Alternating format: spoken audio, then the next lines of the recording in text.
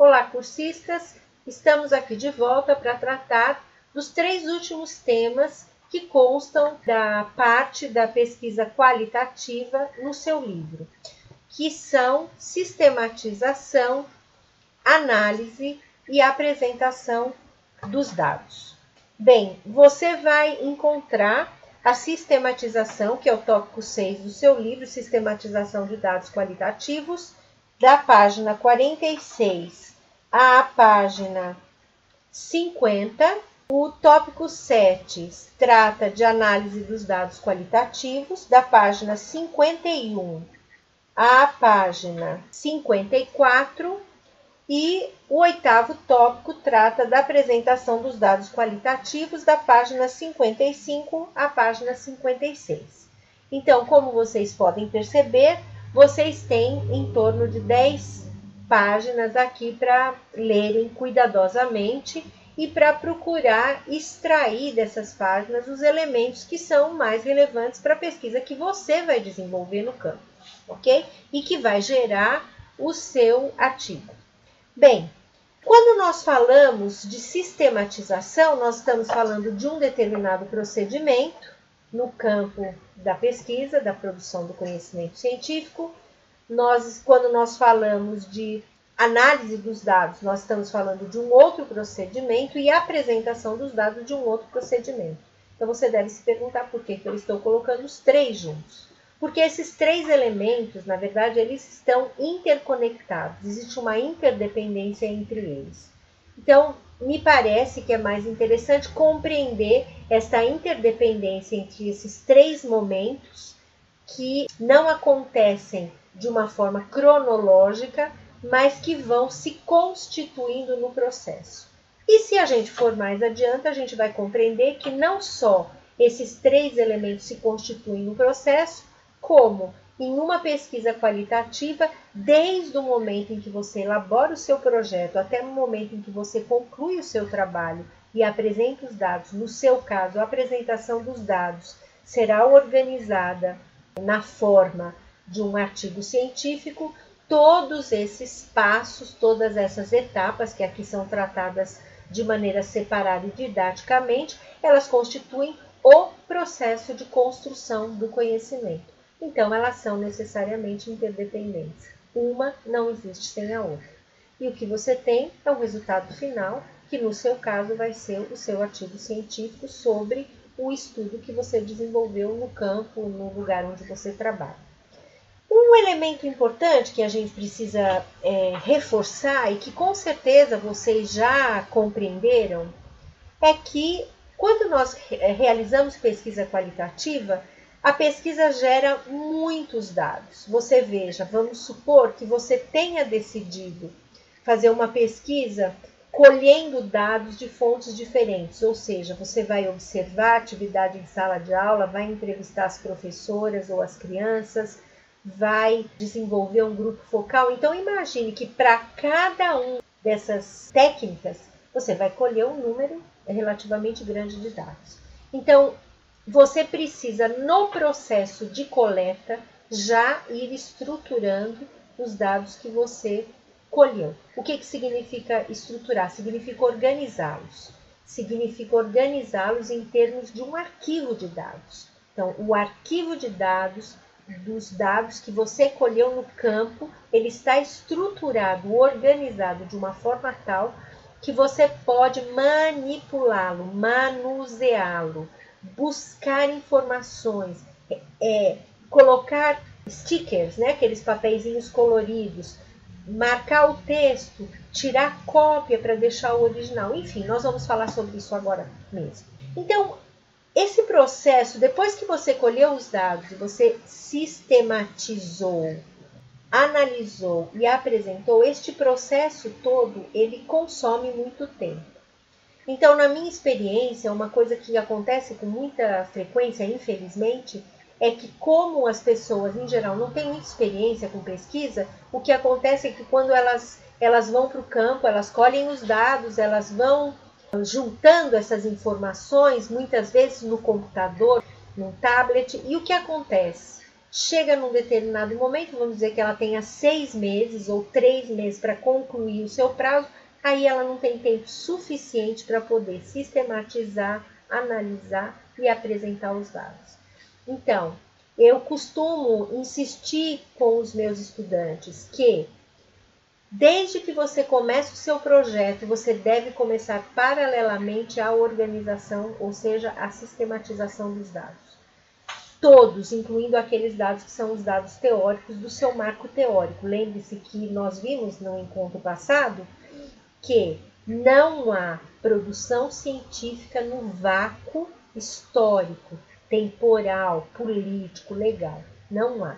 Então, e principalmente de produção, porque o que nós estudamos, os nossos objetos de estudos, eles provavelmente já foram tratados por outras pessoas. Eles não vêm do nada, não é uma criação que venha do nada, não é mesmo? Ele sempre está relacionado a estudos que foram desenvolvidos. Bem, como é que você pode organizar os dados, né? Sistematizar os dados? Pense assim, todas as vezes que você for ao campo, você tira, vamos supor que você hoje foi colher dados de observação. Quando você saiu, ou no mesmo dia, ou no dia seguinte, você organiza esses dados. Quais as salas de aula que você foi? Quais as anotações que você fez? Quem você observou? Quais os fenômenos mais importantes, os fatos, as ocorrências mais importantes relacionadas ao foco do seu estudo, você pôde observar. Aí você vai organizar isso já, ou digitado no seu computador, ou escrito, ou você tem elementos também, um diário pessoal de campo, onde você faz algumas anotações sobre as suas percepções, o que você achou interessante e tal.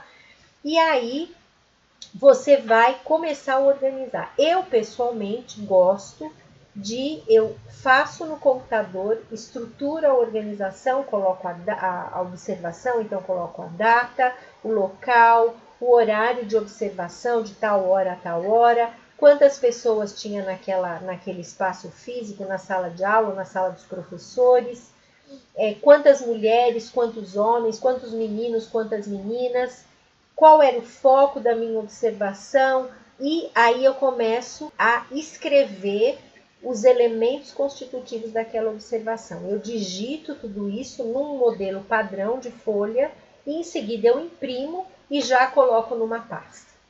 Então, na minha próxima observação, eu faço a mesma coisa, coloco na minha pasta. Na próxima, e assim vai. Conforme eu faço isso, eu já vou observando no texto mesmo que eu estou produzindo, ou nas falas que foram ditas, ou nas expressões que emergiram nesse contexto, eu já vou observando o que aparece que é relevante para o meu objeto de estudo. Quais são as expressões? Quais são as atitudes? Quais são as organizações, por exemplo, do quadro na sala de aula ou a organização da sala, enfim, o que for relevante para o meu objeto de estudo, eu observo, anoto e já registro. Aí você pode usar uma infinidade de possibilidades. Você pode, por exemplo, usar uma caneta marcadora, amarelo, cor-de-rosa, verde, ou você pode colocar um papelzinho, um sticker colorido, e marcar do lado do que se trata. Então, você percebe que conforme você vai para o campo colher dados, você começa a organizar esses dados. Se forem entrevistas, o que eu faço?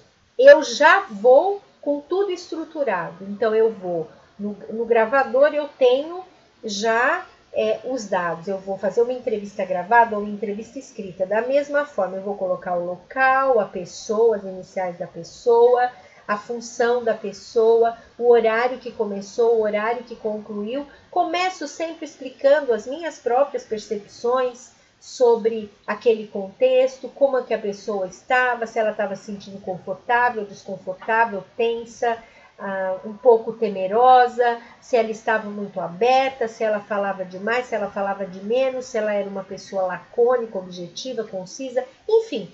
Eu coloco essas características gerais, coloco as minhas próprias percepções, como eu me senti ao entrevistar uma pessoa.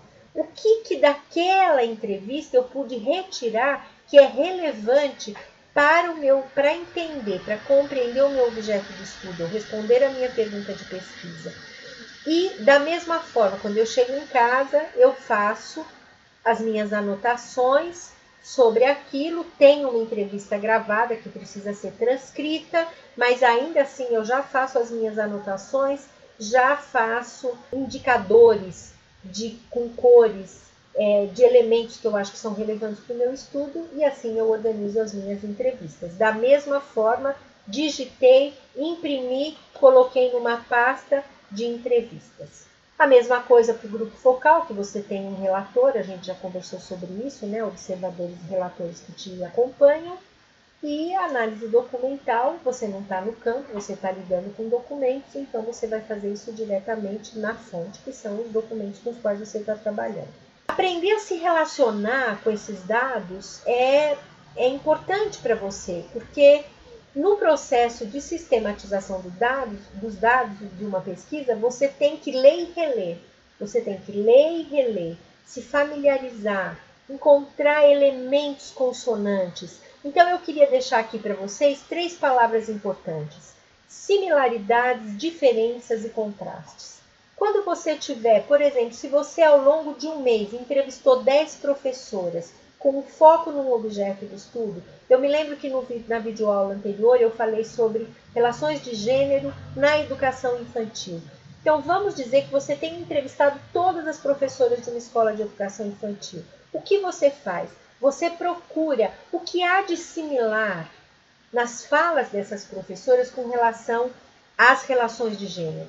O que há de dissonante, de contraste, são muito distintas que elas se separam. E o que há de diferente? É o que uma diz de um jeito e a outra diz de outro, por exemplo. Então, isso é muito importante. Agora, para você ser capaz de olhar para esses dados de uma forma mais analítica, e aí nós estamos passando da sistematização para análise, você precisa ter domínio do referencial teórico. Não se iluda.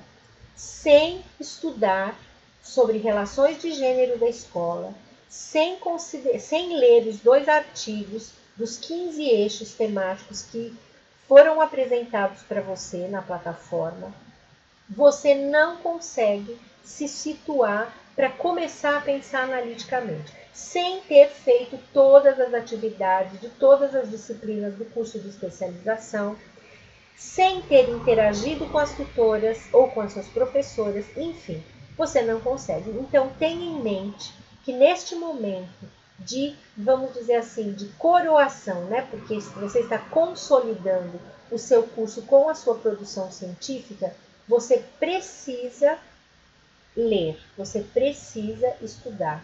E ao colher os dados, você já tem alguns referenciais na sua mente. Então, as fontes são diversas, como nós vimos. Pode ser através de uma entrevista, uma observação, um grupo focal, de documentos com os quais você vai interagir. Aí você vai ler e reler esses dados. E aí, quando você faz esse movimento de organização, de sistematização do arquivo de dados e leituras contínuas, familiarizando-se com esses dados, você começa a ser capaz de buscar uma compreensão. O que é que esses dados, eu gosto muito dessa pergunta, o que é que esses dados dizem para mim? O que eles estão me contando? Quais são as narrativas, as histórias, as experiências que são relevantes para aquilo que eu estou pesquisando? Então, os dados vão trazer isso para você. Ao mesmo tempo, você procura compará-los, né? Como eu disse para você, se você entrevistou 10 professoras, como é que você consegue olhar para esses dados encontrando elementos? Você precisa comparar esses dados. E também você precisa fazer o que é chamado de triangulação, que é exatamente você compara dados de fontes diferentes. Você vai olhar o que a observação te disse, o que a professora te disse, o que o documento da escola, o projeto, por exemplo, pedagógico da escola diz para você. Então, você triangula os dados e você vai verificar se há, de fato, uma correspondência entre o que é dito, o que é observado e o que é declarado em elaboração textual. Todos esses elementos vão te levar, então, sistematizou, comparou, achou contrastes, semelhanças, diferenças, vão te levar para um elemento-chave. Você tem que aprender a descrever esses dados. Como é que você vai apresentar esses dados? Você vai descrever esses elementos chaves que você identificou e aí vai apresentar a análise desses elementos. Você vai interpretá-los, você vai tentar explicá-los, por exemplo, baseado na teoria do seu referencial teórico. Então, você percebe que a construção desse estudo, né, o seu estudo, ele se compõe de partes que estão articuladas, que são interdependentes e que, portanto, dependem uma das outras para se constituírem em um corpo teórico significativo. Nós vamos ver com o manual de elaboração do artigo científico como que você faz isso num artigo científico, né? Claro que a gente vai te dar elementos relevantes para que você possa desenvolver passo a passo. Agora, você não consegue escrever um artigo se você não fizer as atividades desse curso. A cada aula, você tem atividades específicas para desenvolver experiência, para adquirir experiência e um pouco de prática com relação ao uso dessas técnicas na pesquisa qualitativa.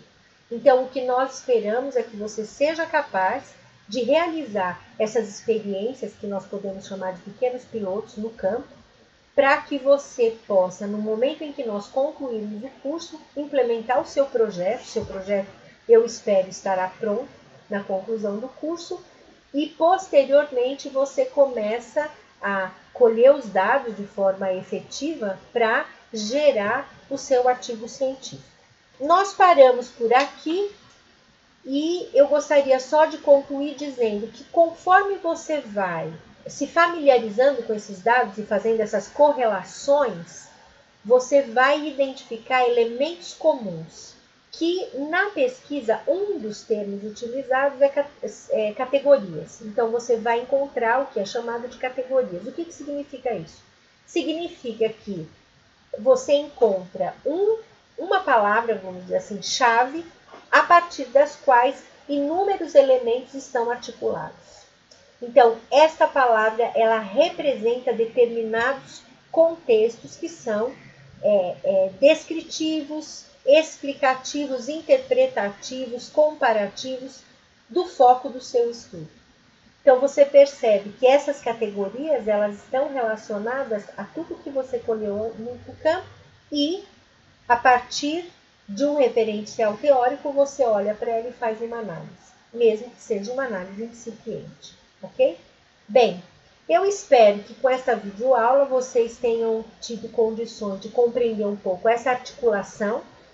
O meu objetivo principal é que você compreenda que não é um processo step by step, ou seja, passo a passo, mas é um processo que é uma engrenagem. Ele acontece, todas as etapas elas estão articuladas, elas estão engrenadas. Então, gradualmente você vai construindo esse produto teórico que no caso, o resultado da sua pesquisa, apresentada na forma de um artigo.